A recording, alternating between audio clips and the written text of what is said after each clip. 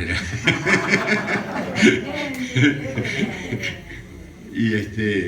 O buscar algún atajo que nos impida llegar mal, ¿no? Por lo menos eso. Germán, me dejaste sin palabras. En realidad, yo hice poco, Germán. Yo cuando daba un examen, vos dijiste ahí que yo salvaba todos los exámenes, es cierto.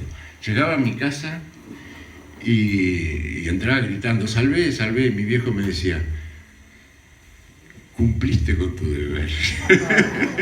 Cumpliste con tu deber. Y nada más. Pero yo sabía que él estaba muy, muy contento, y mi madre lo mismo. Pero mi madre era más efusiva, me felicitaba. Pero mi viejo me decía, solo cumpliste con tu deber. Y yo te lo podría decir ahora, Germán, todo eso que vos mostraste, solo cumplí con mi deber. Realmente original no hay nada, o muy poco, pienso yo. Más bien hay mucho plagio, mucha copia de otros. Cositas. Y bueno, cumplí con mi deber.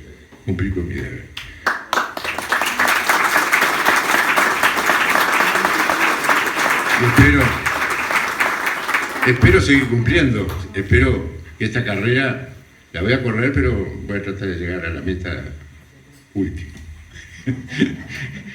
Otra cosa, no sé, tendría tantas cosas para decirte, pero que ya ni me salen de la emoción que me has provocado. Estoy muy agradecido. Es que sos muy generoso vos, Germán, sos demasiado generoso. Yo no estudié ningún examen de eso. Y capaz que por eso, porque como venimos a vender una materia distinta, capaz que le llama un poco la atención, pero bueno, en la medicina he encontrado de todo, en la vida he encontrado de todo, así que las buenas y las malas. Pero bueno, he tratado de seguir y seguiré. Con esto de que alguno andaba averiguando si me había muerto, me acordé ahora que un día estoy parado frente al ascensor de la academia, en la puerta del ascensor, se abre y sale Oreste Fiandra. Me dice, Guido, ¿estás vivo? Me habían dicho que te habías muerto. Le digo, no, solo me jubilé, profesor. Bueno, es casi lo mismo, me dice. Entonces le digo, ¿pero que no hay que jubilarse? No, dice, yo no. Bueno, Oreste Fiandra trabajó hasta lo último. Le digo, bueno, yo me jubilé parcialmente, profesor, me jubilé solo de lo civil, la caja civil. Ahí le expliqué que la profesional no. Y bueno, por ahora sigo un poco el consejo.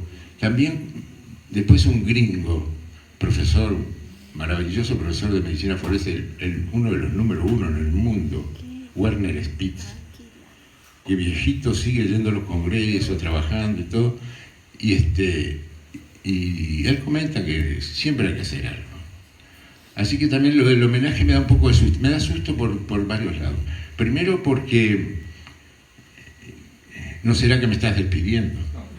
Puedo seguir viniendo. Bueno, el año que viene vengo entonces. Aunque caigan mis cumpleaños, porque varios cumpleaños los he festejado acá. Sofía, la hija más chica, me dice, papá, ¿cuándo vas a estar en un cumpleaños? Porque ella tuvo que vivir eso. Y bueno, por un lado eso, vamos a tratar de seguir. Y por otro lado el riesgo que te tomaste con esto que si sigo, puedo seguir cometiendo errores. Por eso debe ser que se hacen los homenajes a la persona que ya está muerta, porque ya no puede cometer más errores. Y vos te tomás este riesgo, mirá si me mando una macana de acá para allá. O ya juzgaste que me mandé todas las macanas posibles y bueno, esperemos que no. Vamos a tratar de seguir actuando lo mejor posible, buscando la verdad, como vos decías. ¿Cómo cuesta a veces? ¿Cómo cuesta? He sufrido también algunas denuncias, algunas cosas, que por suerte se han ido allanando, me parece. Pero el tema es que eso lo decía Roberto Berro, yo creo que se lo había enseñado a Herrera, porque Roberto Berro después se dedicó mucho a la política, y viste que te dije que había sido ministro en el gobierno de Terra, era herrerista. Y en una parte que cuando estuvimos haciendo la biografía con Turnes, que se atrasa mucho por el vino, ¿no? Ya vamos. Entonces, no, vamos a no perderlo. Igual esto lo pasamos mañana. Si Montano no viene, mañana lo podemos pasar mañana. Ah, paso 2 o 3 y ya nos vamos. No, te decía que Roberto Berro decía, también había sufrido unas calumnias. Y decía, sí, aunque lo aclares, siempre algo queda. Esa es una gran lesión. Es lamentable, pero siempre algo queda. E incluso los jueces y los fiscales, sin querer, en una de las avatares estos negativos, el fiscal puso, que yo te lo dije, en vez de poner, bueno, acá no hay nada que se pueda reprochar penalmente, no, te ponen archívese, la denuncia esa, ¿no? Archívese, sin perjuicio. Me calentó tanto eso de sin perjuicio. Sin perjuicio. No, no puede ser. Bueno. Perjuicio había. Bueno, vamos a ver un poco. El tema que queríamos conversar era de la violencia, pero en el ámbito médico. ¿Se oye bien? ¿Se oye? Bueno. Entonces, primero vieron ahí un paciente, me parece que le rompe todo y le tira todo a un médico, ¿no? Quiero agradecer a Augusto Müller y a Álvaro Berenguer, que me ayudaron mucho con sus exposiciones que han hecho en otras ocasiones sobre ¿Se queda sin pila? En esta temática. No, yo creo que quieren que vayamos a tomar el vino, me parece. Es difícil. Capaz que hablo sin el micrófono. Ah, ahí está bien.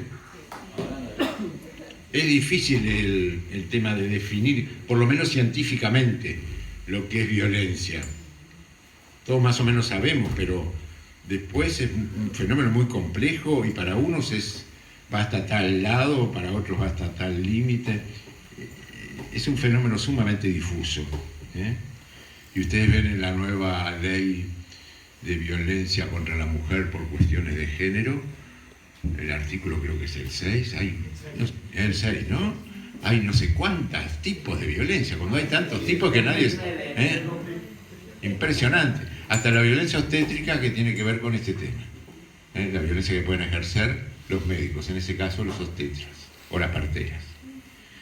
Bueno, quería en esta conceptualización del tema compartir con ustedes que no voy a hablar del paciente que ejerce, el paciente o los familiares que ejercen violencia contra los médicos, sino algo más global y más real.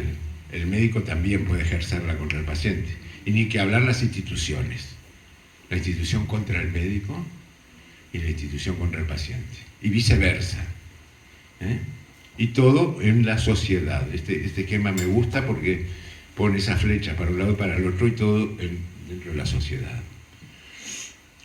Fíjense el poder del médico, que hasta el propio operador Adriano temía ir a visitar a Hermógenes, ¿no? Su médico. Miren lo que dijo, o lo que se le atribuye. Es difícil seguir siendo emperador ante un médico. Y también es difícil guardar la calidad de hombre frente a un médico. El ojo de Hermógenes solo veía en mí un saco de humores, una triste amalgama de linfa y sangre. Creo que tenía hidropesía, como se decía en aquella época.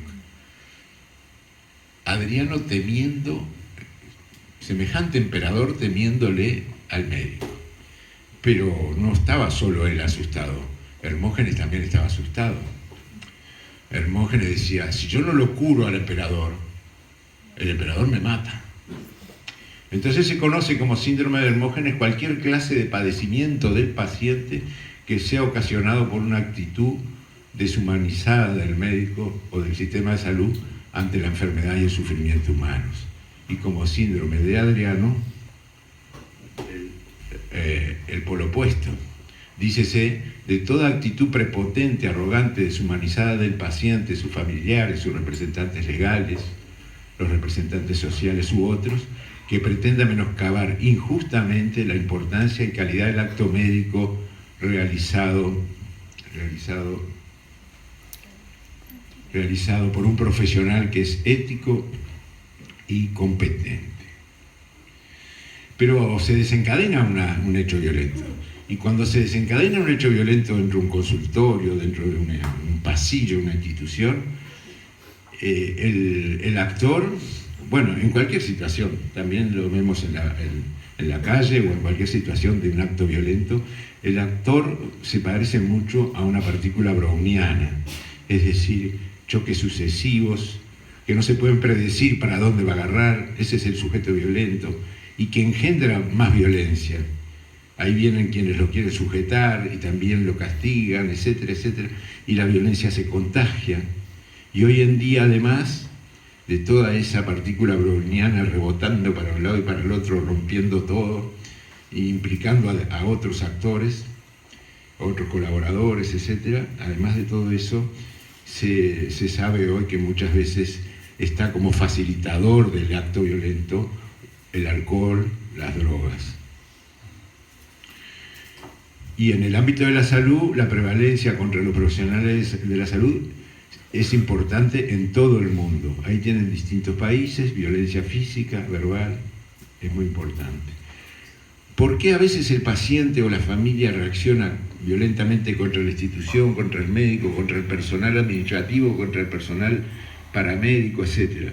Por las demoras en la atención, especialmente de lo que el paciente considera urgente, por las demoras en la entrega de resultados del laboratorio, por la angustia generada por falta de información acerca de la enfermedad suya o de un familiar, la frustración por no poder obtener el beneficio directo o indirecto que buscaba, recetas, certificados, por entender que la negativa del médico o de la institución es un atentado contra sus derechos. Y se ha perdido la confianza, muchas veces se ha generado desconfianza en la actuación del médico. La gente en general sigue creyendo en la medicina, que la medicina todo lo puede, pero cree menos en los médicos. Y obviamente la sociedad en general está más violenta. Frecuentemente subyace un sentimiento como de desconsideración, o al menos así lo siente quien consulta, quien demanda ayuda, por un sufrimiento provocado por una enfermedad propia o a veces de un familiar. Y encuentra un entorno de desconfianza que suele ser mutua entre médicos y pacientes, entre familiares y equipos de salud. La neuropsicología experimental tiene algunas explicaciones. Por ejemplo, reaccionamos en forma violenta frente a la amenaza, frente al dolor, o también por un deseo insatisfecho o por carencias. Y las drogas, si bien no son generadoras en sí mismos de violencia, sí la facilitan o inhiben mecanismos que son frenos. El alcohol, por ejemplo, deprime inhibiciones, por lo tanto facilita. Inhibe inhibiciones, por lo tanto es un euforizante, por lo menos en la primera fase, en las primeras fases. A los fines de esta reflexión, entonces, violencia sería cuando de un lado o del otro se desconocen derechos. El desconocimiento de los derechos del otro implica siempre algún grado de daño a la persona, físico, psíquico. El daño psíquico, como lo hemos mencionado muchas veces, tiene una connotación nosográfica, una nominación, una designación en las clasificaciones de enfermedades mentales o de trastornos mentales, ya sea el CIE-11, que todavía no está vigente, el CIE-10, o el DSM-4 o el DSM-5 que empezó ahora. Son clasificaciones, ahí se puede ver, incluso decir, bueno, tiene tal o cual trastorno como daño.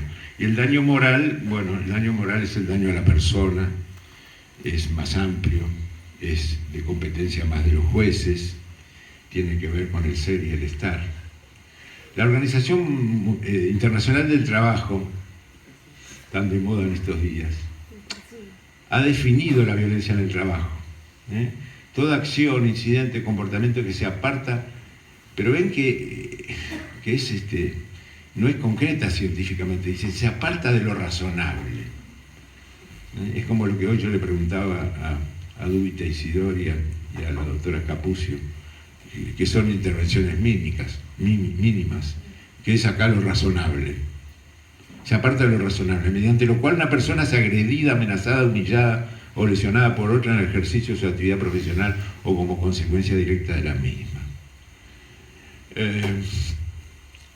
Nosotros habíamos integrado una comisión que sacó, en resumen, esto, que existe un aumento preocupante de la violencia contra médicos y personal de salud, tanto en Montevideo como en el interior. Disculpen que ahí quedó interior con minúscula y Montevideo con mayúscula. Alguno del interior podría decir, no lo disculpo, es la realidad, es así, Montevideo con mayúscula, interior con minúscula, pero está mal. Sin distinción de lugares, tanto públicos como privados, en domicilios, sanatorios, en vía pública, pero en general, por lo menos en lo que algunos trabajos muestran, el síndrome del médico agredido o el personal de salud en general, el más expuesto es el de las ambulancias. El de las ambulancias, debo agradecer, estas diapositivas son de una presentación en una jornada que hizo la Academia de Medicina, si no recuerdo mal, son de Augusto Müller, ¿son tuyas, Augusto? ¿No? Yo las tomé de alguien que las presentó en la Academia. Bueno, de cualquier forma lo que muestra, o de Turnes, probablemente fueran de Turnes, porque es los trabajadores médicos jóvenes son los que sufren más violencia. Los que están en la residencia, hasta un 69% expresaban afirmativamente la encuesta de violencia. Y encabeza la diapositiva diciendo médicos y maestros. Vieron que en la escuela también está muy común la violencia. Este otro artículo también habla de las residencias médicas y la OMS está también preocupada por el tema. Aquí hay una página de la Asociación Médica Mundial, de la OIT, de la OMS, o sea que es internacional el tema. Y en Salto, obviamente, una referencia a un médico que fue víctima de homicidio, el doctor Pablo Gaudín, se deben acordar. También hay que ver que muchas veces la violencia es reactiva, como hoy decíamos. ¿Qué mensaje se le estaba dando al viudo para que el viudo se violentara tanto? Yo creo que no hay que mirarlo con un solo ojo el tema de la violencia, ¿no? No hacer como el avestruz. La violencia en el ámbito sanitario entonces está vinculada al trabajo mismo o a la violencia social, ¿no? Que también repercute en el ámbito sanitario. Inciden las dos, ni que hablar. Los cambios culturales y sociales, cambios de valores que abarcan incluso los cambios en la relación médico-paciente, la desprofesionalización. Ahí está la jornada que les mencionaba. El síndrome de Adriano y Hermógenes que ya mencionamos, el estado actual del trabajo en la salud. Muchísimos trabajadores de la salud están sometidos a estrés agudo, a estrés crónico, al burnout. El burnout es el agotamiento, el síndrome de agotamiento. También se le puede llamar, para hablar en español, síndrome o enfermedad de Tomás, en honor también a una hermosísima novela de Milán Kundera, del escritor checo, que el personaje Tomás está con eso, desmotivado totalmente. La influencia de los medios de comunicación, todos estos puntos se mencionaron en esa jornada como factores que llevaban a la situación actual de violencia en el ámbito de la salud, que muchas veces con mayor preocupación se está viendo últimamente.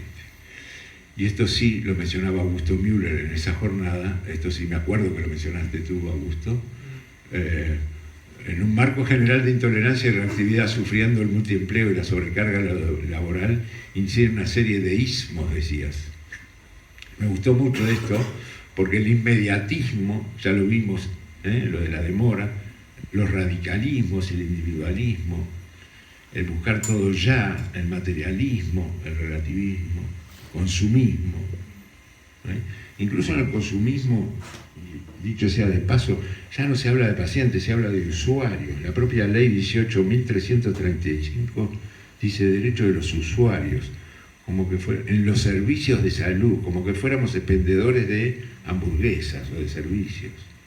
Y la ley del consumidor nos incluye. O sea, se ha perdido el profesionalismo, el simbolismo, el igualitarismo. La relación médico-paciente entonces está en crisis. Y cuando es asimétrica, potencia la violencia. Si se ejerce con exagerada asimetría, es evidentemente violenta, porque no respeta al otro, no le da lugar al paciente. Esa característica esencial de esa asimetría es injusta en la distribución de los derechos y en el ejercicio de las libertades individuales de ambos polos. Obviamente que hay una violencia social, estructural, cómo se organizan las sociedades. Habitamos en una sociedad que excluye a muchos de sus integrantes, predispone a la violencia. Aquellas acciones entonces destinadas al reconocimiento del otro o a la inclusión obran en sentido contrario a la violencia. La pérdida de respeto facilita la violencia, la pérdida de educación, de cultura, de urbanidad, son importantes factores que facilitan la violencia. La competencia desmedida, que se traduce en una amenaza a la supervivencia, que genera miedo, lo mencionaba la doctora Beatriz Escapucio, a raíz de las 3 rapiñas que había sufrido. Imposición de necesidades innecesarias. De repente busco algo por la moda, por la necesidad innecesaria de tener tal o cual marca, y lo hago porque tengo derecho y lo hago en forma violenta. Satisfacer entonces esas insatisfacciones. Desconocimiento del prójimo, desvanecimiento del otro, el individualismo, otro-ismo, ¿no?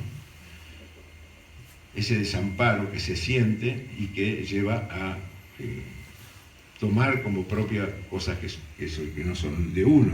El consumismo, incluyendo las drogas, el alcohol, que fomenta actitudes violentas. Las armas en sí mismo no tienen por qué generar la violencia, pero están al alcance de la mano y son instrumentos de muerte. Bueno, entonces podríamos decir que la ética basada en la utilidad a través de la ciencia y la tecnología y en los buenos negocios, esa ética utilitarista y alejada de los principios, no principialistas, de alguna forma también es la que predomina en todas estas sociedades actuales y favoreciendo un sustrato de generación de violencia. Porque todo el mundo persigue lo útil, el negocio, el dinero. Y entonces hay que buscar una ética que esté a ese servicio, subvirtiendo la realidad del otro, el respeto y la tolerancia. Los ideales donde se despliega el bien están mediados por el poder económico y la ostentación y los bienes de consumo, impuestos por una moda insaciable, transitoria, fugaz. Autoridad y poder se dan la mano, cuando antes eran cosas distintas.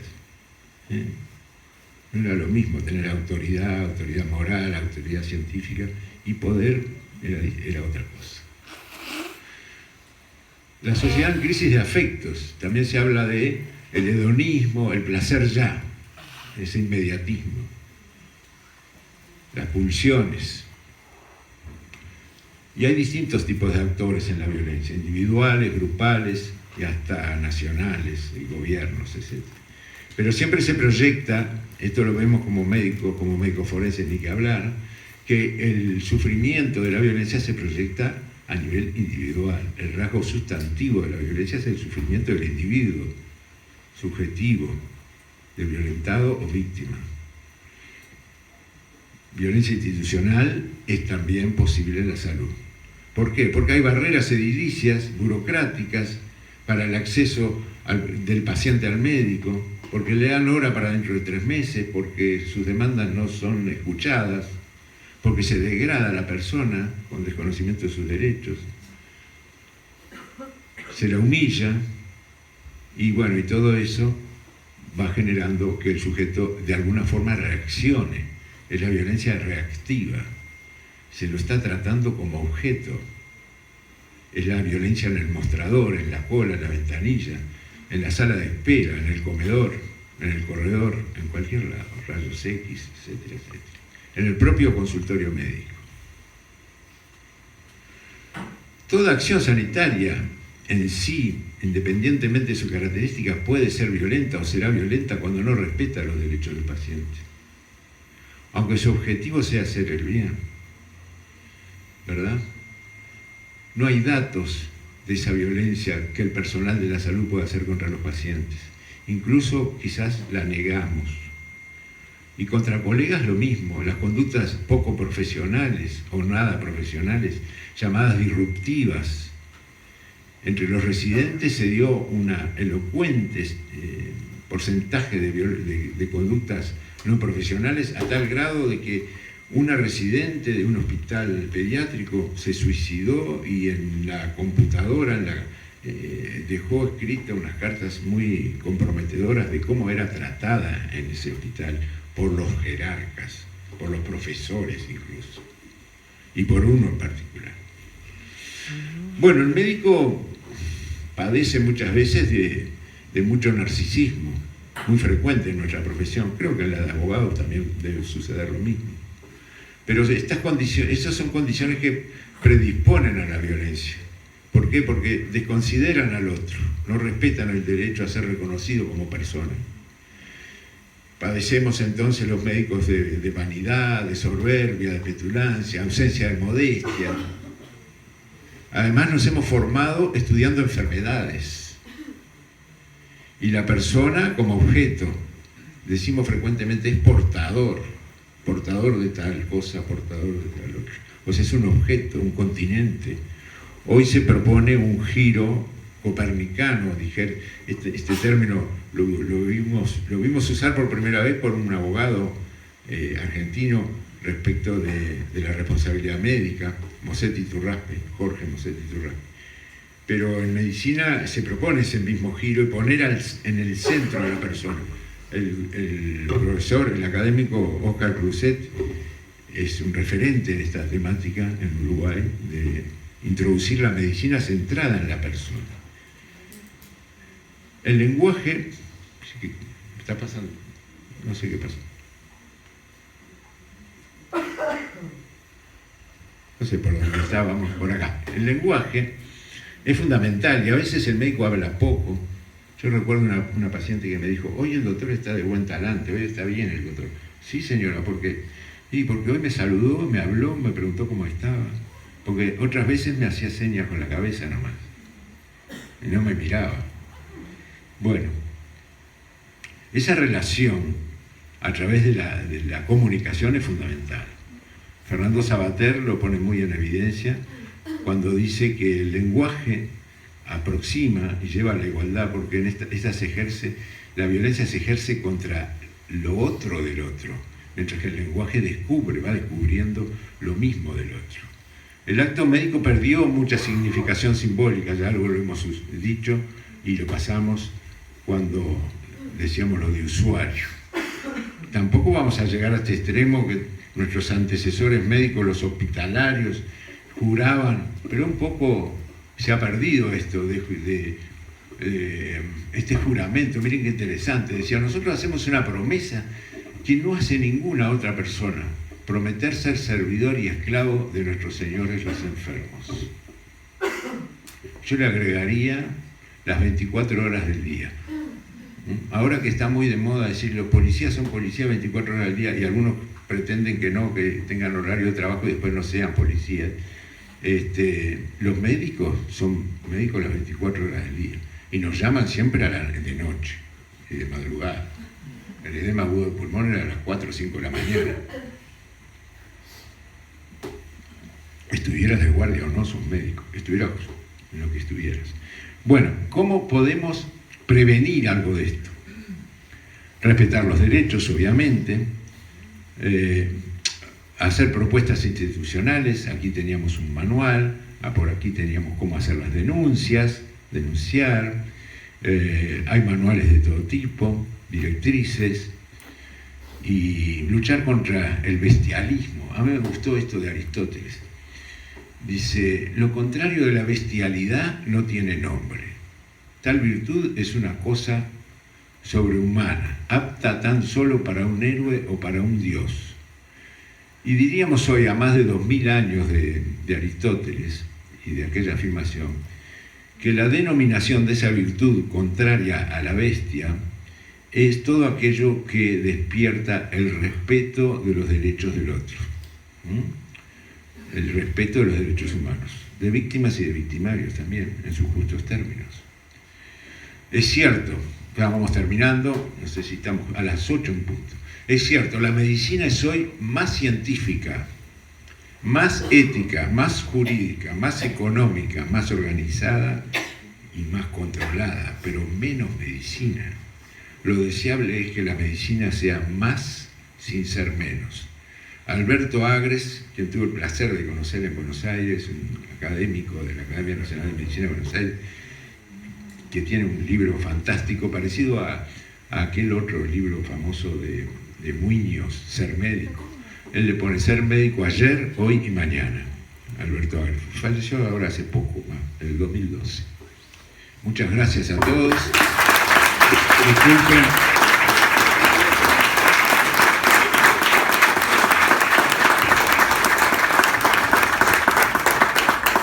Disculpen lo desordenado, tenía muchas más diapositivas que las pasamos por alto y desordenado además porque todavía me dura la emoción del homenaje. Muchas gracias.